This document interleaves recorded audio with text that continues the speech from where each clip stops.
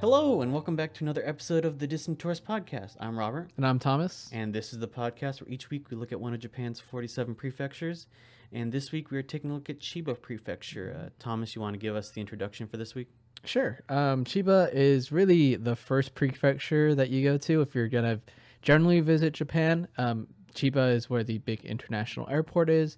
So usually when you first land in Japan, you first land in Chiba. So it's not Tokyo. We're stopping in Chiba first. Yes. Okay. Usually a lot of people just kind of Assume it's... hop right over Okay. because Chiba is right by Tokyo. It's very, very close.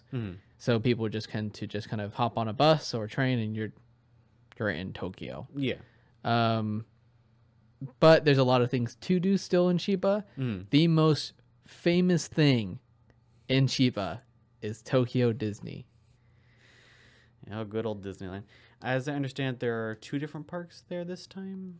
Yes, they're kind of spread out. They're very, very big. It's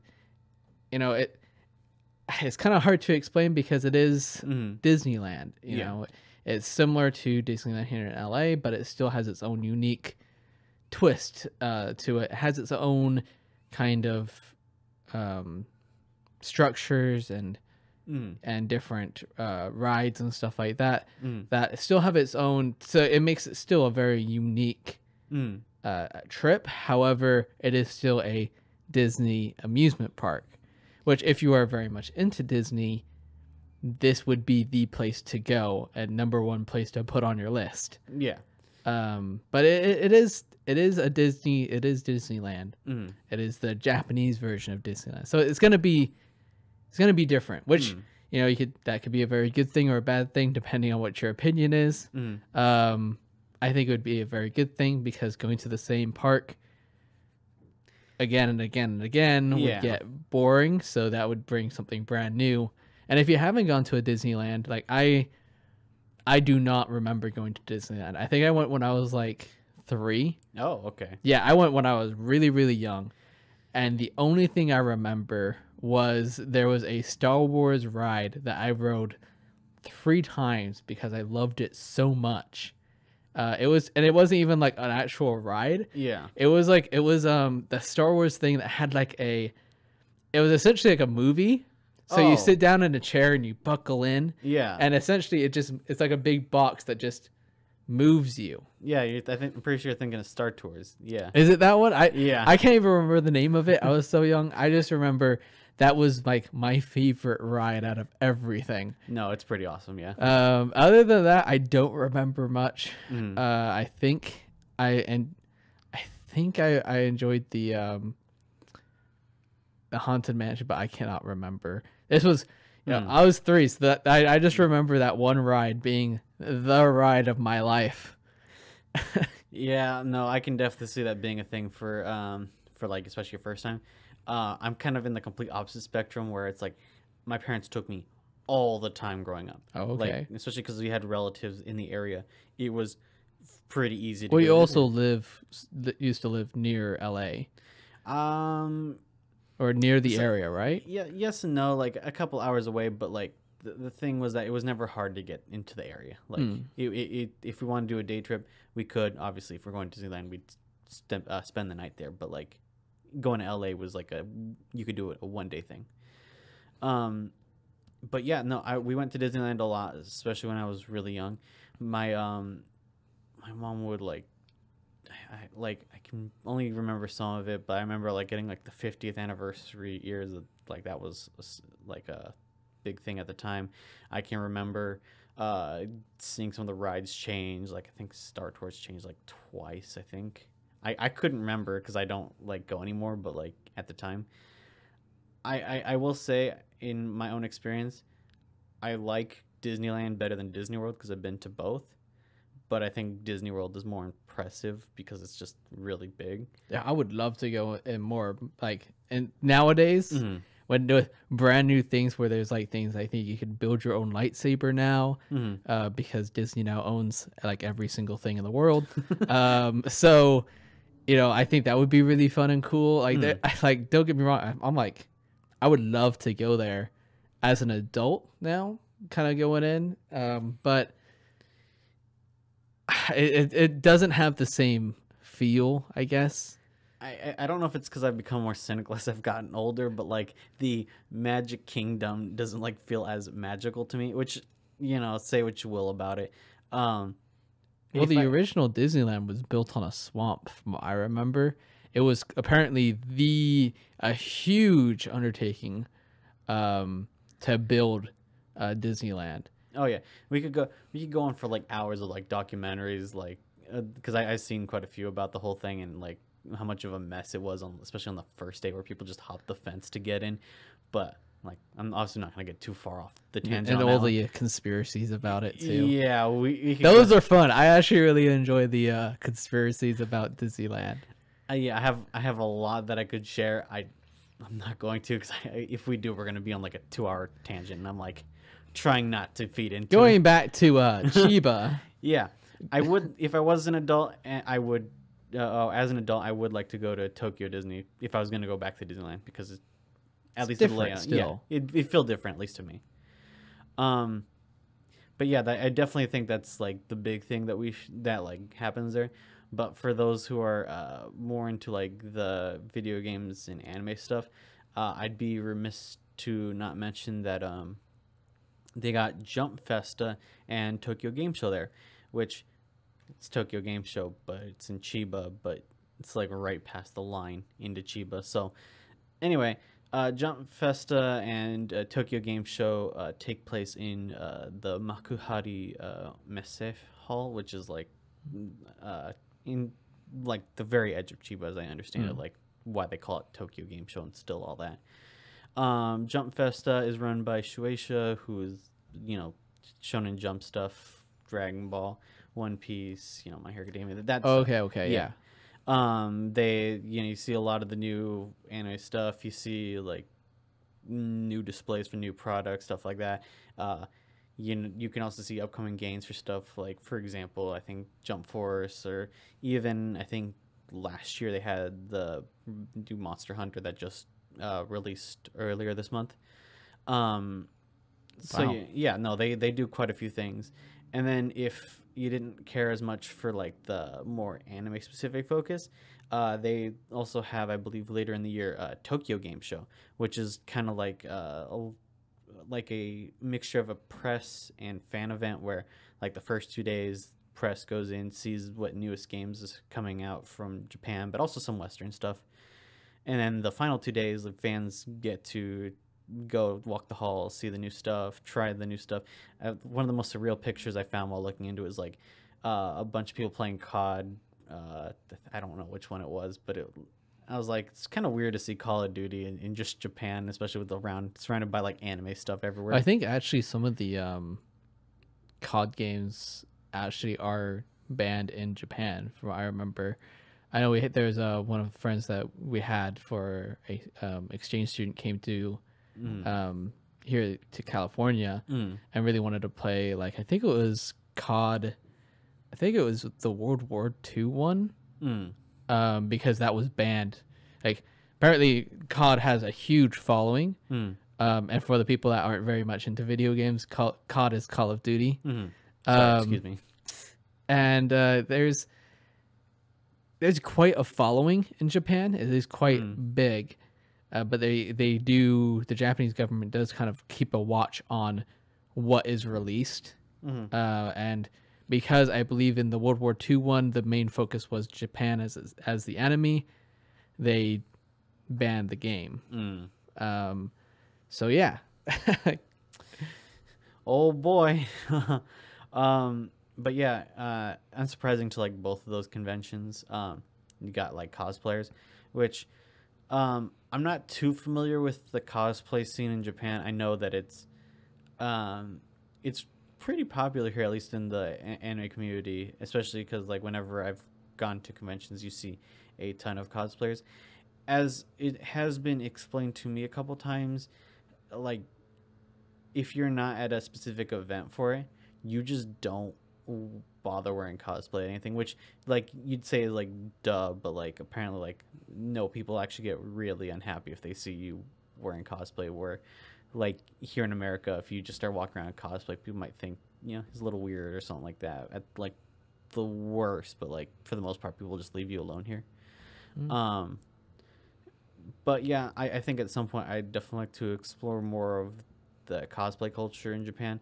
More just a tease for something else. I kind of didn't really have too much to say on that point. But yeah, those are like the two big events that I'd say like you're either going to Tokyo Disney or you're going to one of these events. And that's pretty much I think the biggest events I'd say is Chiba's known for. But kind of moving on from that into the more unknown stuff, I wanted to bring up surprisingly the train lines. Because apparently Chiba's got like a full network of just trains where it's just like within the prefecture itself that'll take you to different cities, and all of them have like this vintage vibe, like Is it vintage like trains and stuff like that? yeah, like they look kind of small, like they definitely don't look as how should I say modern as like some of the Shinkansen, the yeah bullet train. Shinkansen, like no, they look very aged. I think some of them were like from the 60s. I think I saw one from the 50s. Like it's both to get to and from places within the prefecture, but it's also kind of for the novelty of like being able to see like what they look like inside. And I think one of the lines also offers rice crackers as a snack, which I found a little bizarre because It's probably more traditional to it too, because I'm pretty sure that would be one of the things that it would be on a train during that time when they really started would be the rice crackers. No, I definitely agree there. I think the thing that I find bizarre is just that I don't know, like you hear about airplane peanuts, but I just haven't heard of any like snacks on a train specifically, unless I mean I guess in modern trains, even in America, you can go buy stuff, but like I don't know. I think they're just like voluntary rice crackers, like or what's the word? They're free basically. Complimentary. Complimentary. Thank you. Yeah. I can't think of the word. But yeah, no, they'll take you to different places. Before I go listing some of those locations, I also want to mention that apparently, like some of the places that they go to have some insane vistas. Like I saw some like really nice pictures of just the trains, just like passing by some nice areas. And I looked into that a little more. Apparently, like they call it train spotting, and it's like a hobby. It's like almost like a niche within photography where you try and get like shots of trains going through the specific, like some specifically nice vistas, and trying to get like a good shot, a good angle, and kind of like almost like in a weird way contrasting like the nature, like a more like the nature, like some, for example, one of the castles I believe is Otaki Castle, and like contrasting the train with it, and that's like kind of the design, which I find interesting. There's also a lot of like people that like trains and collect. Because yeah. from what I can see, there's also a lot of collectibles for trains. So there's a lot of things around trains. Like there's even kind of like train transformers type things, like toys for kids. Yeah. Where it'd be like, oh, here's the Shinkansen, the bullet train, and you can change him into a robot, or is even just like, here's a miniature of the train. And there's still quite a bit of like, I guess, hyper collectability around trains in Japan. I'm not entirely sure why though, but I know that there definitely exists of a big fan base of trains and making like train characters.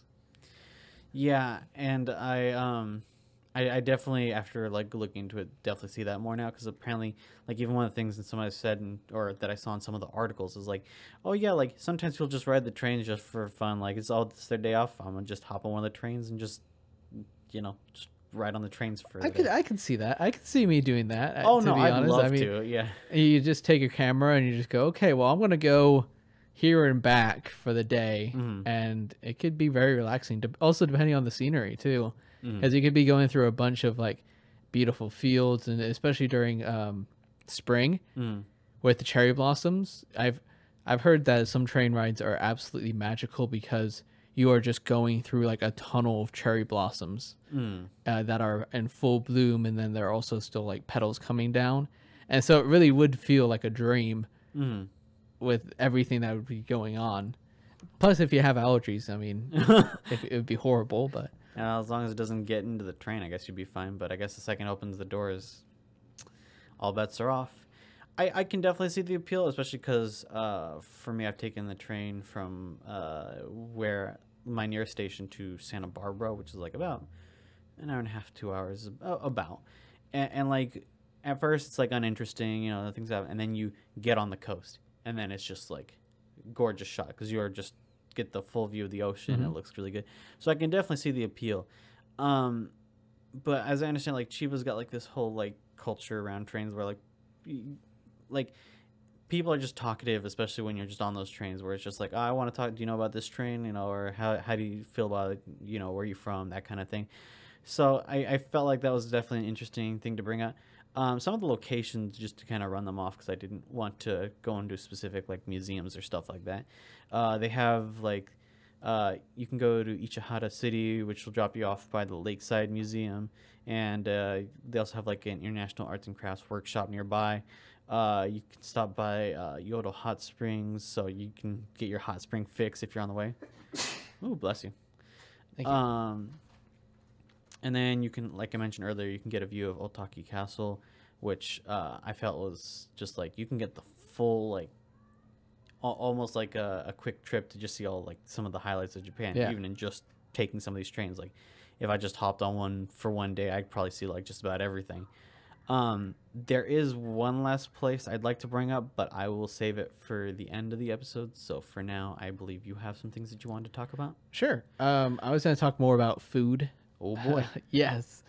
One of the more traditional foods of the area is namero, if I'm saying it right. And that is essentially diced, like minced fish. Okay. The Chiba area is very much well known for its seafood, where a lot of its specialty dishes are very much fish based, whether that be like fried prawns or this dish in particular. There is a lot of fish, fish dishes. And in this one, they like mince it. Like, are we talking like very like small chunks, or what are we looking like? It is fully minced, so almost like if you can imagine like a diced onion, maybe would be a good reference. Okay. But as fish, Those are some very small pieces then. yes. So it usually consists of horse mackerel, usually, and that's minced with miso, shiso, which is paria leaves. Leek, like a leek or green onion. Okay. And that is usually what is served. Apparently it has a strong like miso flavor. Oh. Yeah, apparently the dish is not to be said to be super fishy at all. Which I find very interesting considering it is just minced fish. Yeah.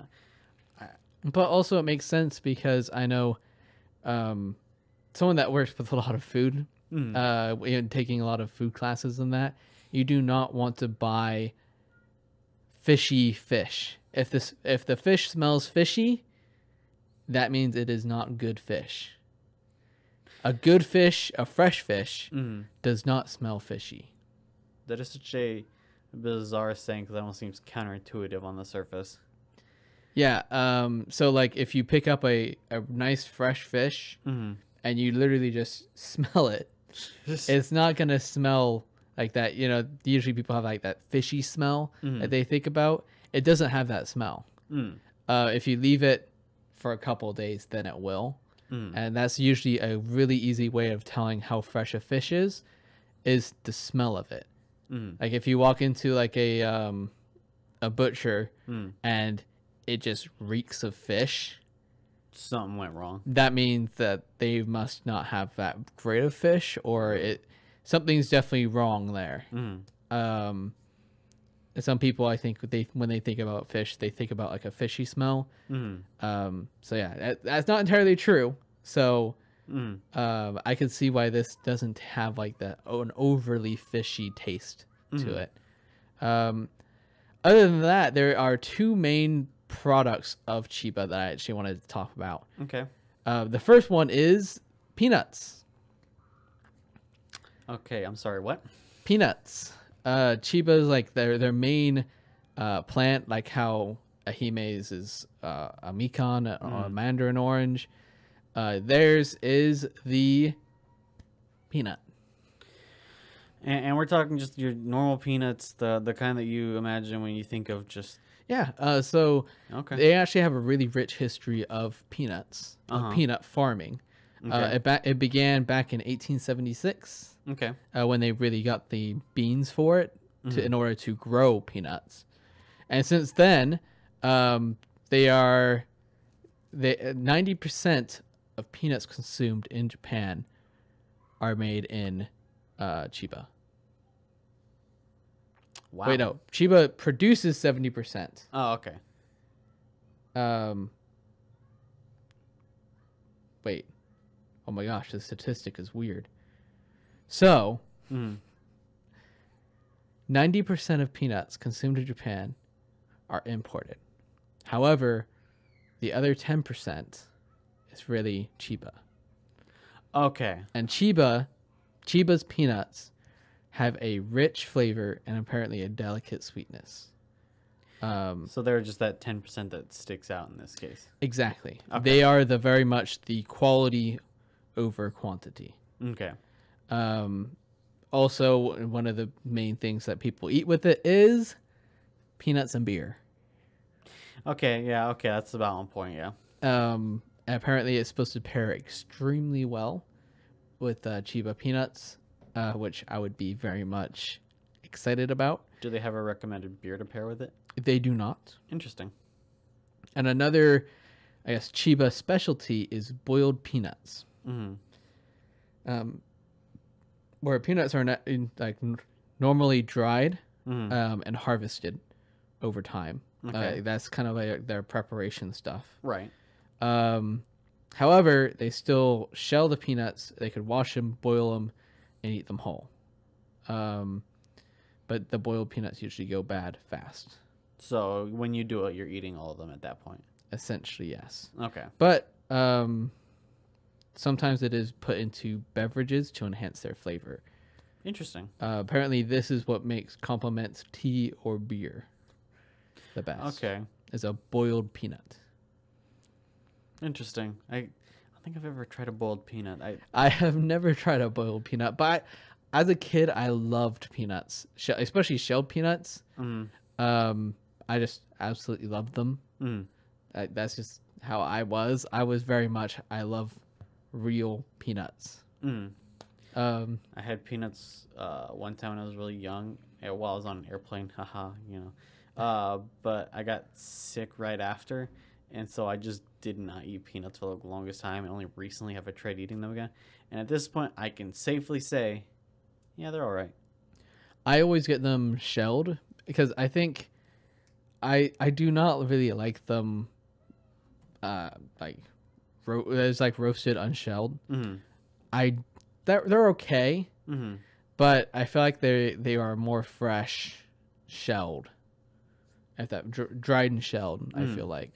Plus, I kind of it is a fuss to crack it open, but I enjoy the process of shelling the peanut.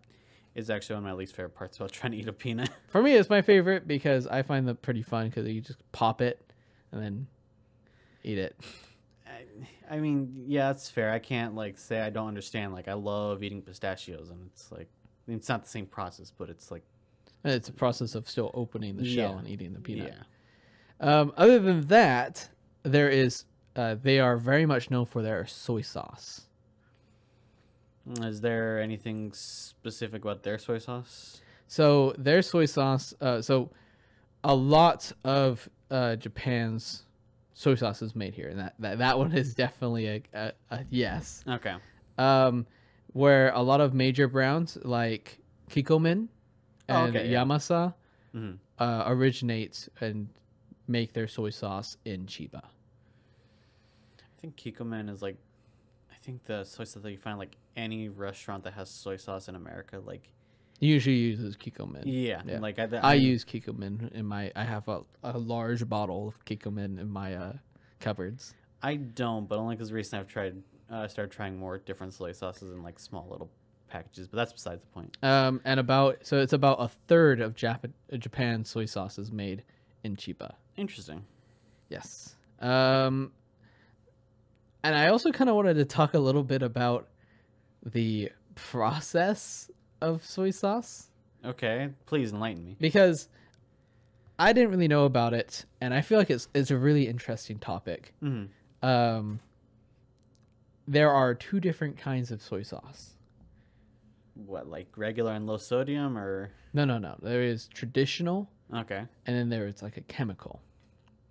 Okay. So, and this is where companies get sneaky.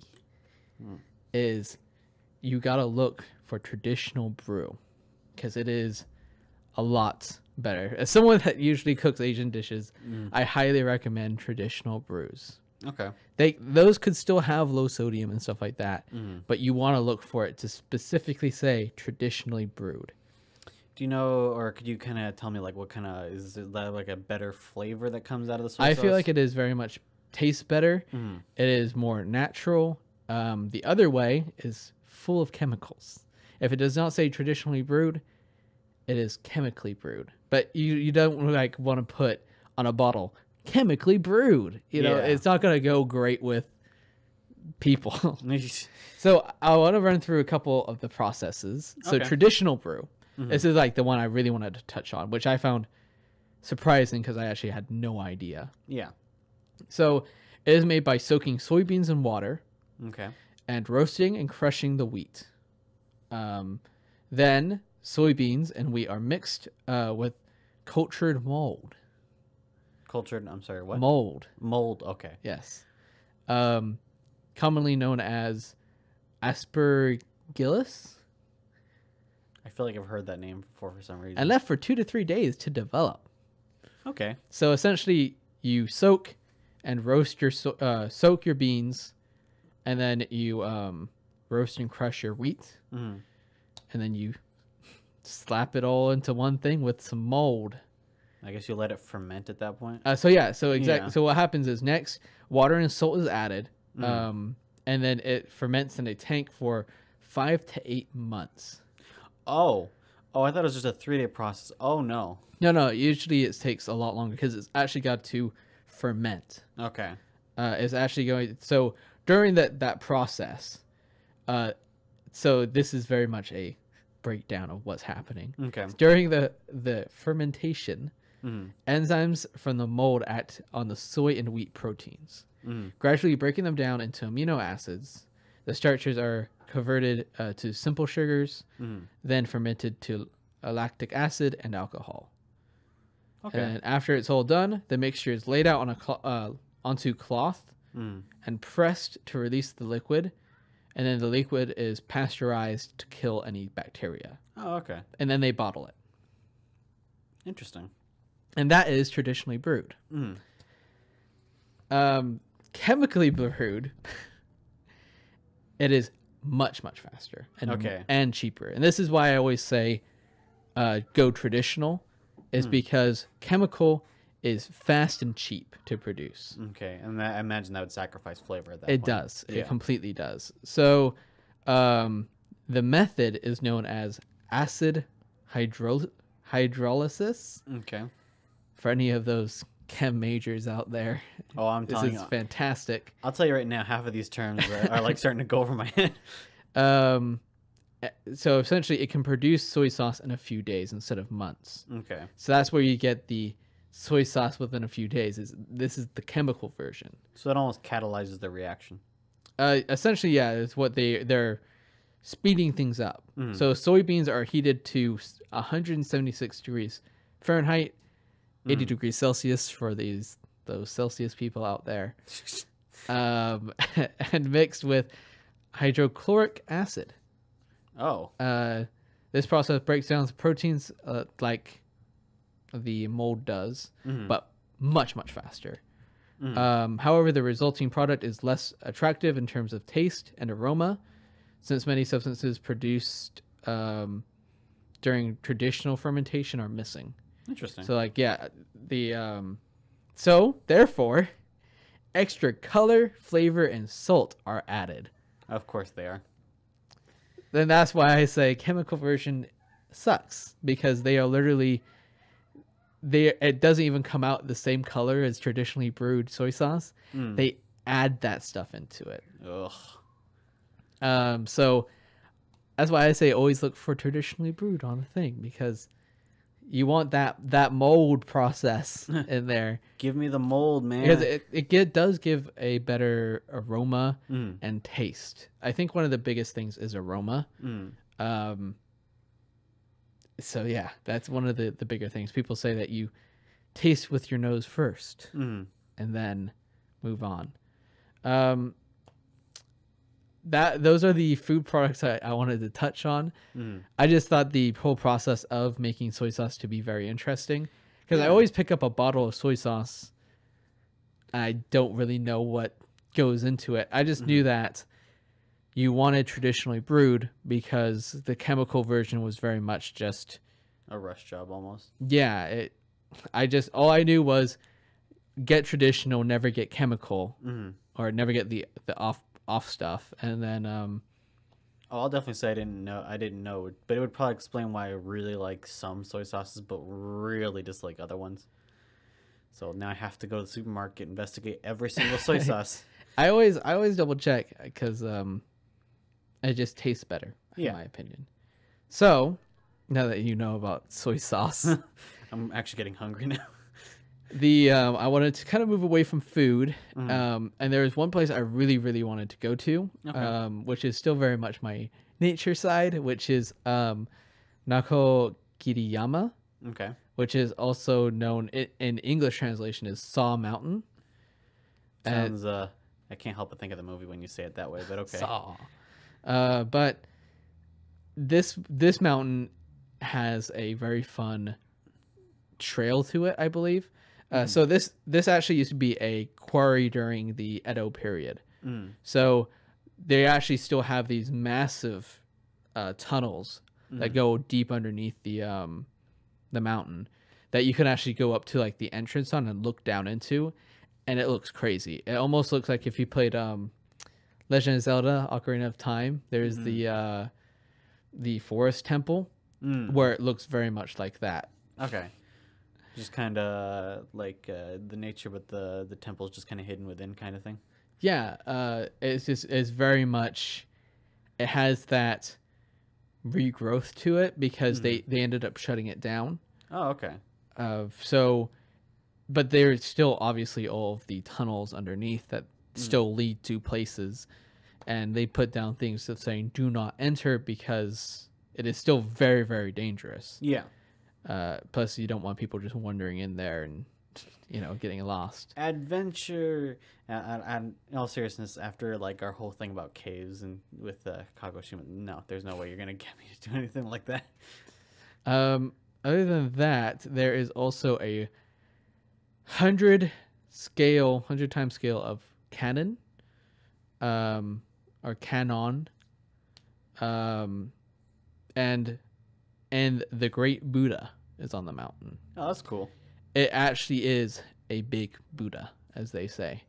Like we're talking like how tall are we talking like? I don't know the exact specifics. Let's see here if I can find it. 30, I believe it is 31 meters tall. Oh, okay. Yeah. It is the largest pre-modern stone carving of Kanon, which is the essentially the person they pray to for the for their certain sect of Buddhism during the time. It was very much the Western promised land. I can't remember the exact terminology. However, Kanon was the Bodhisattva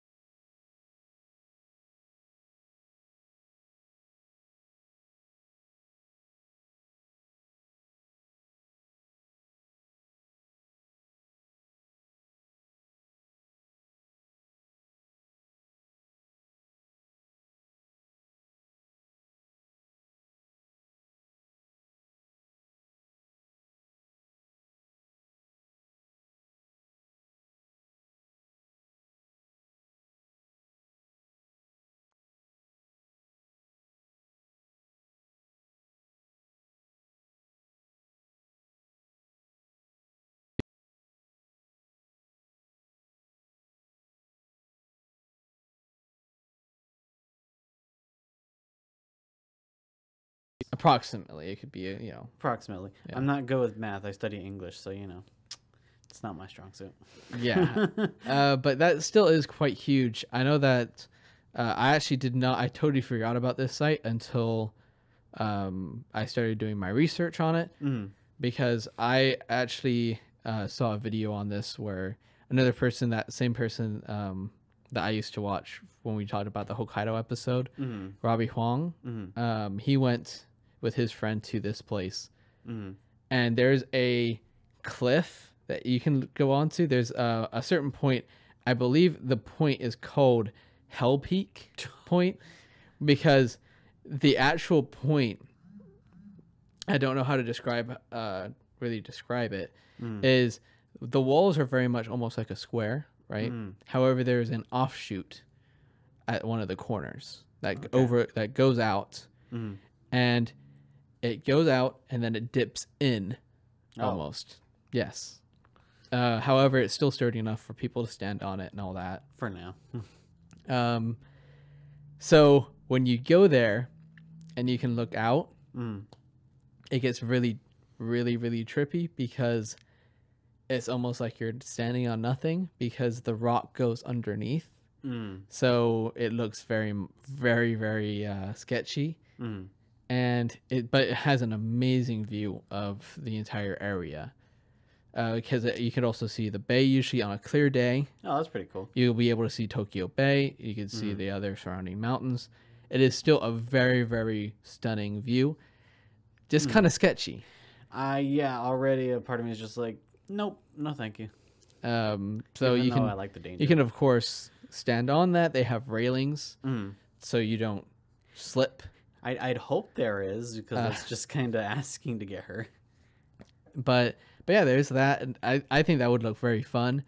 It looked very cool. But yeah, I first saw this this like mountain through that video that I actually had totally forgotten about until I really started digging more into it. And it looked stunning. He just kind of does like the little walk around the area, and it was just stunning. Yeah. It really was similar to as if you're taking an adventure into nature, where it was overtaking that old quarry and everything like that. So yeah. Interesting. Moving on to my wild card. Oh, okay. I found one other place. Okay. It was called Nomizo Falls, I believe it is. Also wrote down is Kamewa Cave in English. Is the cave behind the waterfall? I'm gonna ask that first. Yes and no. So there's one, and really this place is really known for one really picturesque view, where you're completely surrounded by trees and greenery, and there's like a pond, almost like a little like river type lake, and the water is flowing down through a big stone structure that's like a big kind of like a tunnel. Yeah.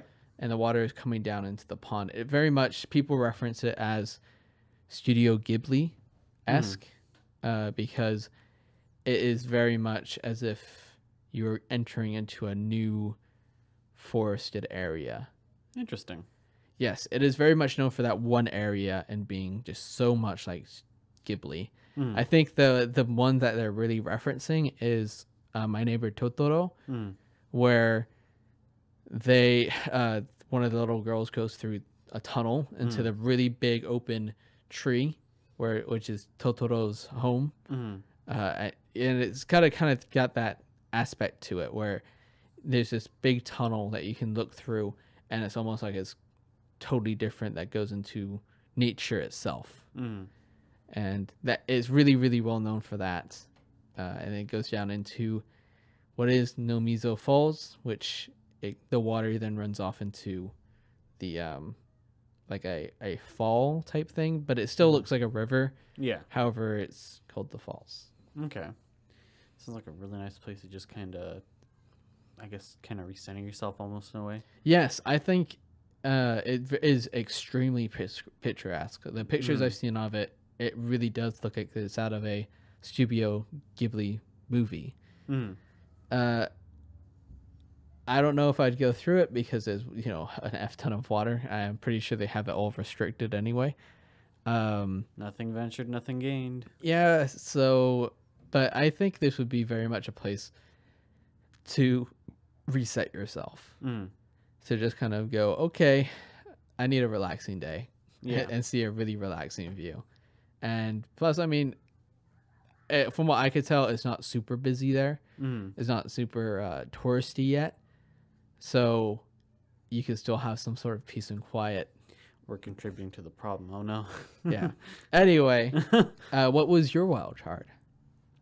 Yeah, so I guess picking up from my point about the train lines, so there's a train, there's a line called the Isumi Rail Line that leads to, appropriately, Isumi City. Mm. And so I believe in September each year, they have the Ohara Hadaka Matsuri, which is apparently translated to the Naked Men's Festival. Oh. Now, before I go any further, I will clarify, no, they are not naked in this festival. They wear momohiki, which is kind of like this sort of, I don't know how to describe it, kind of like almost a cloth wrapping. Like loincloth?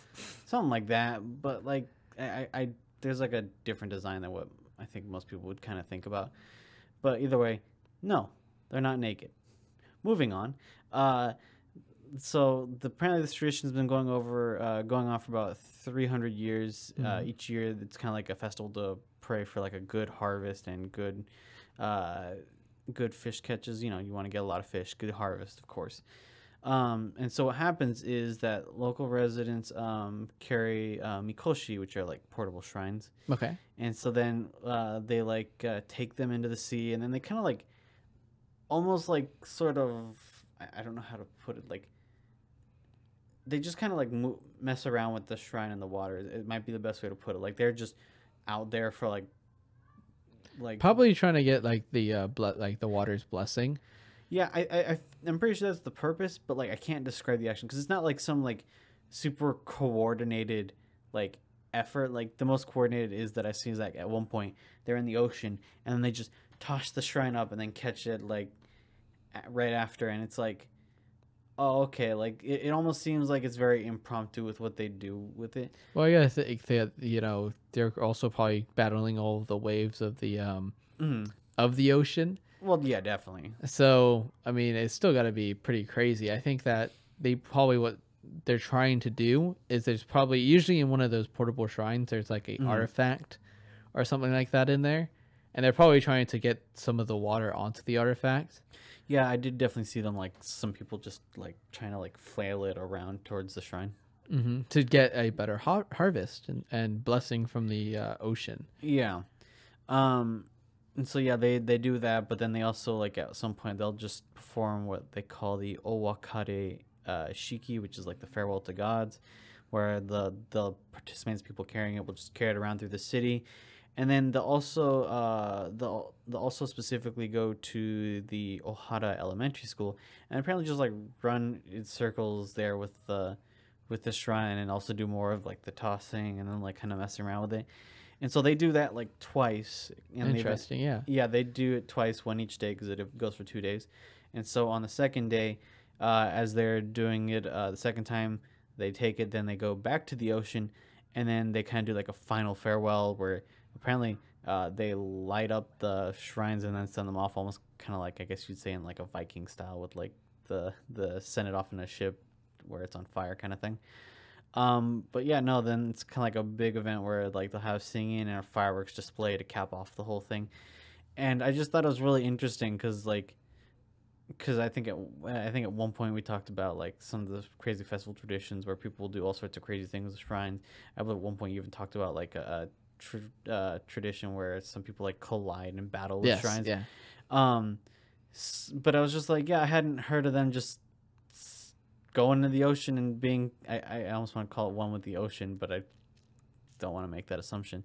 But but I just found it so bizarre because like they have videos of people like performing the ritual at different points, different things, and people are just like hyping up the people participating and everything.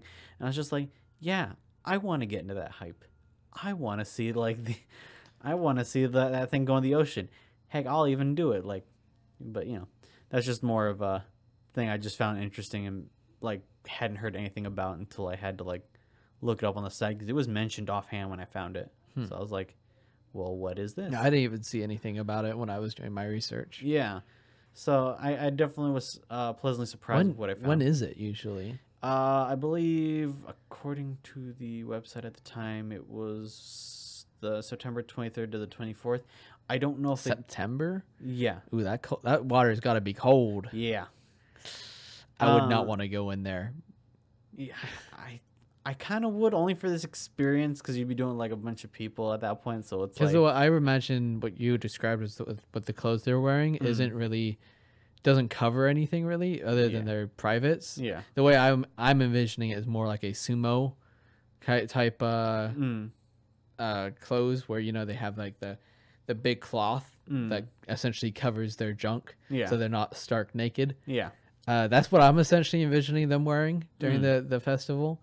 You could tell me if I'm wrong, but I mean, like it's.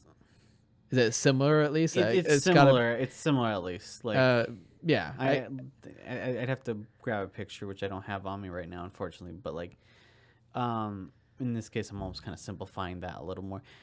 Would it provide warmth from the water in that case? No. Like, no way. It's still you're still gonna freeze. But like, I don't know. As like a guy who's who has played in like 30-degree weather, just like team sports and stuff like that. I'm like, I kind of like, if I'm doing it with a group, I would definitely do the hype water thing, because it's just like, no, you're in a group. Yeah, I'm already in. I can't back out. We're in this, like, so I'm like, like riding that hype sounds just kind of fun. Like, I don't know if I could participate specifically, but like, if I got the opportunity, I wouldn't say no. Like, yeah, of course. But yeah, that was my big pick. All in all, just kind of closing out Chiba with kind of my opinion on it. I think it's very much just kind of like what people assume to be like the spot where the attractions are, almost as an extension of Tokyo. But I feel like there's a lot more that, like, if I had the time, I'd get to see more, especially going on the train lines, where I'd get to really dig in and get to know more about the people of Chiba itself, which sounds more my kind of thing. So I like to know about the locals of any place I travel to. But yeah, I think most people are obviously going to go to the more popular Disney things and stuff like that. Well, I think actually Chiba itself, there's a lot of places that people don't really think about. Because usually when you think about Chiba, a lot of people think, oh, it's right by Tokyo, and there is like Disneyland there. Yeah. So usually people think about those two things when they think about Chiba. There's a lot of attractions I had no idea, especially with the festival and things like that. And it's almost hard to find things about Chiba, even though it's just right by Tokyo. Yeah.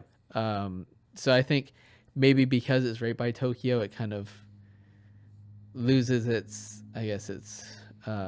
Tokyo is just so amazing that it tends to outshine its surroundings. So I think it's one of those cases where, people show up in Chiba, they arrive usually in Chiba, but then they just kind of hop right on over to Tokyo without giving it really a second thought.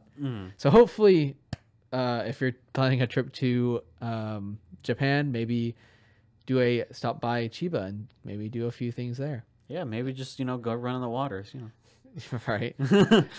Anyway, there is where we're going to end the episode. We definitely like to thank you guys for listening this long. If you're on the YouTube, for watching. If you wanted to subscribe there. Also follow us on Instagram at distant_tourists. I always post up on there about when the new episodes are released. So if you want to be informed about that, and you're usually listening, definitely Instagram is the place. Or if you are on YouTube, then there's the bell that'll let you know.